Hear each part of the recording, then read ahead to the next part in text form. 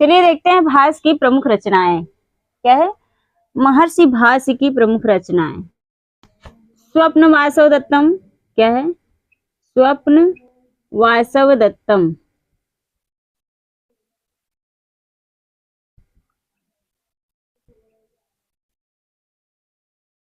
देखो, वासव दत्ता सुबंधु की है, स्वप्न वासव दत्तम किसकी है, भास की है। ठीक है।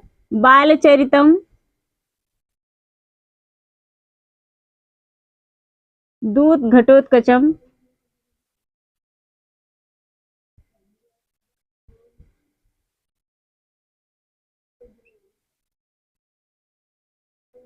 कर्णभारम, मध्यम व्यायोगा,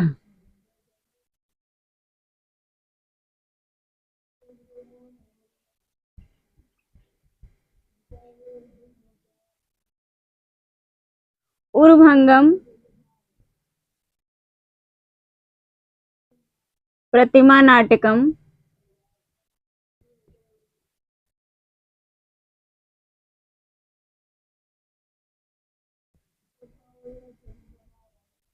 अभिषेक नाटकम,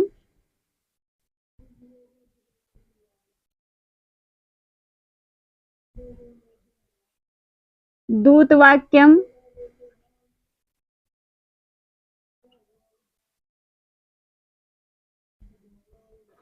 चारुदत्तम,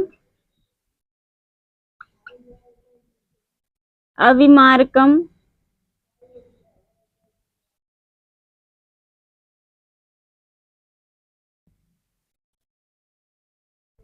और पंचरात्रम क्या है, पंचरात्रम।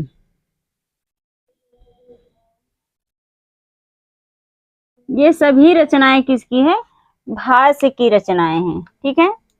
तो कौन कौन सी हैं, स्वप्न वासव दत्तम, बालचरितम, दूत घटोत्कचम, कर्णभारम, मध्यम वेयोगः, उर्भंगम, प्रतिमा नाटकम, अभिषेक नाटकम, दूतवाक्यम, चारुदत्तम, अविमारकम, पंचरात्रम।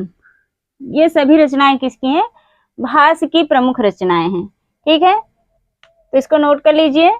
चलिए देखते हैं पंडित राज जगन्नाथ की प्रमुख रचनाएं। पंडित राज जगन्नाथ की प्रमुख रचनाएं, तो कौन कौन सी हैं पंडित राज जगन्नाथ की प्रमुख रचनाएं। गंगा लहरी, अमृत लहरी,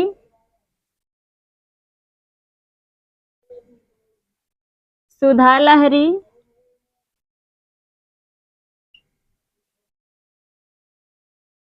लक्ष्मी लहरी क्या है, लक्ष्मी लहरी, करुणा लहरी,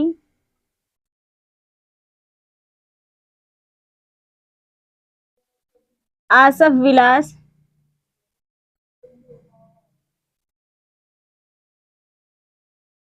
जगदाभरणम,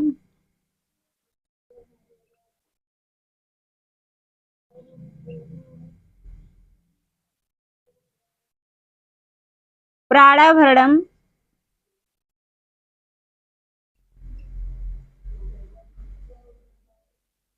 यमुना वर्णनम,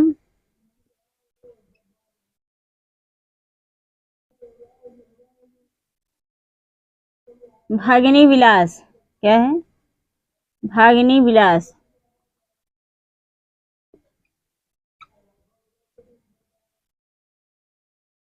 ये सभी रचनाएं हैं पंडित राज जगन्नाथ की।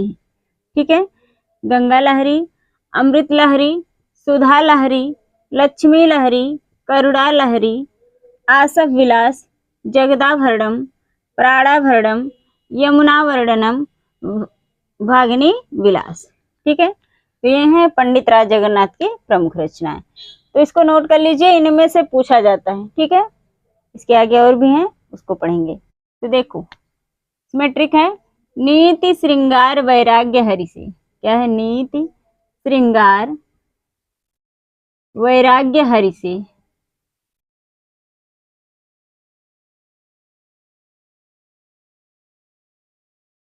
देखो, नीति से क्या है, नीति शतक, नीति शतक, श्रृंगार शतक, श्रृंगार से क्या है, श्रृंगार शतक,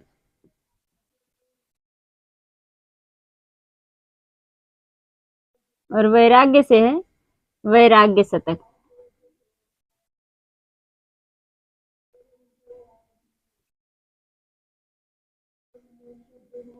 हरि से अर्थात हरि। तो ये सभी रचनाएं हैं भर्तृहरि की।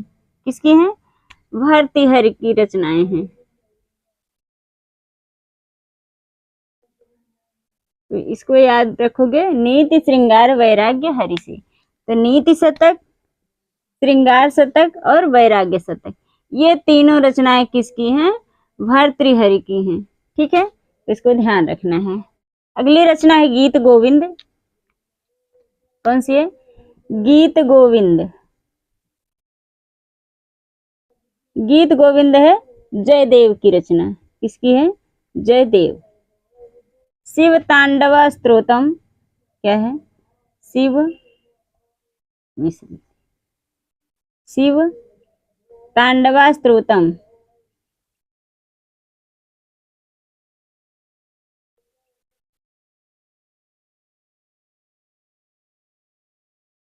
ये रचना है रावण की। किसकी है, रावण की रचना है शिव तांडव स्तोत्रम। पद लालित्य,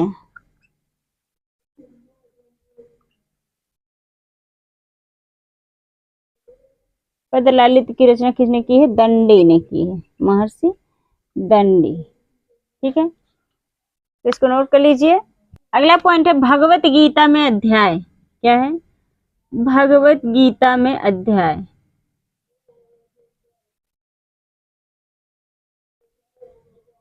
भगवत गीता में कुल कितने अध्याय हैं, 18। कितने हैं, 18 अध्याय हैं। ठीक है, महाभारत में पर्व। क्या है, महाभारत में पर्व।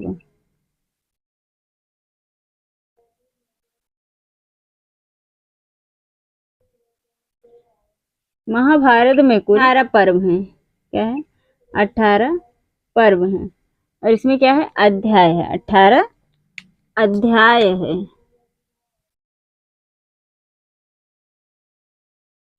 नक्षत्र, नक्षत्र कुल 27 हैं। कितने हैं, 27 नक्षत्र हैं। चंद्रमा की कलाएं। क्या है, चंद्रमा की कलाएं। तो चंद्रमा का कुल 16 कलाएं हैं। कितनी है, 16 कलाएं। ठीक है, विद्याएं, विद्याएं कुल 14 होती हैं। कितनी होती हैं, 14 होती हैं, यानी चतुर्दश। चतुर्दश विद्याएं कहा जाता है ना।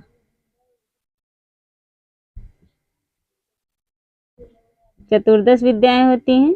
ठीक है, तो ध्यान रखना है, ये भी बहुत ही महत्वपूर्ण है, इसीलिए मैंने बताया है, लिखवाया। देखो, भगवत गीता में अध्याय 18 अध्याय हैं। किसमें, भगवत गीता में। महाभारत में पर्व पूछा जाता है, तो कुल 18 पर्व हैं। नक्षत्र कुल 27 नक्षत्र होते हैं। चंद्रमा की कलाएं 16 कलाएं होती हैं चंद्रमा की। ठीक है, और विद्याएं 14 अर्थात चतुर्दश होती हैं। ठीक है, इसको नोट कर लीजिए। चलिए देखते हैं आगे। पूछा जाता है वेद कितने होते हैं, वेद। तो वेद अक्सर सभी लोग जानते होंगे कि वेद कितने होते हैं, 4। कौन कौन से हैं, पहला है ऋग्वेद,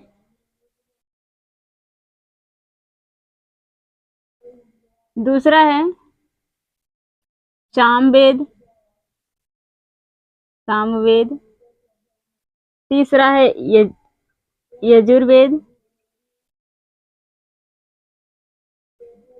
चौथा है अथर्ववेद। क्या है, अथर्ववेद।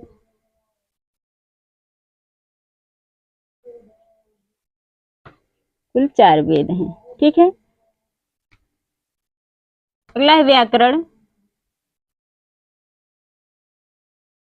तो व्याकरण कुल 6 होते हैं। कितने होते हैं, 6 होते हैं। पहला है छंद, पहला है छंद, दूसरा है ज्योतिष,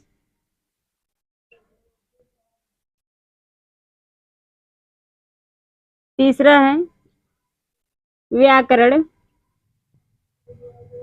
चौथा है निरुक्त,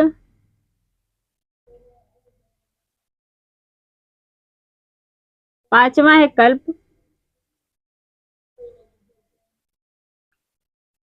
और छठा है शिक्षा।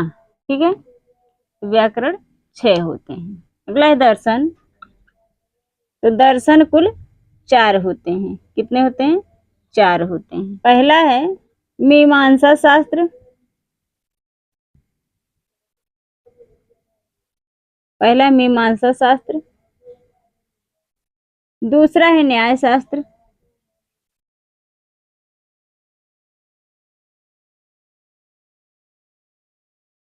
तीसरा है धर्मशास्त्र और चौथा है पुराण। तो वेद कितने होते हैं? 4 होते हैं, व्याकरण 6 होते हैं और दर्शन 4 होते हैं। तो वेद कौन कौन से 4 हैं? ऋग्वेद, सामवेद, यजुर्वेद और अथर्ववेद। तो कितने हुए? 4 वेद। ठीक है। व्याकरण, व्याकरण कुल 6 होते हैं। छंद, ज्योतिष, व्याकरण, निरुक्त, कल्प, शिक्षा। ठीक है। और अगला है दर्शन। तो दर्शन कुल 4 होते हैं। मीमांसा शास्त्र, न्याय शास्त्र, धर्मशास्त्र और पुराण। ठीक है, इसको नोट कर लीजिए। तो बच्चों इसको नोट करते चलिए, याद कर लीजिए। जो महत्वपूर्ण था वो मैंने बता दिया है। लगभग संस्कृत के सभी टॉपिक समाप्त हो चुके हैं। शब्द रूप और धातु रूप बचा है, इसको हम लोग पढ़ेंगे नेक्स्ट क्लास में। क्लास के लिए इतना ही, मिलते हैं नेक्स्ट क्लास में।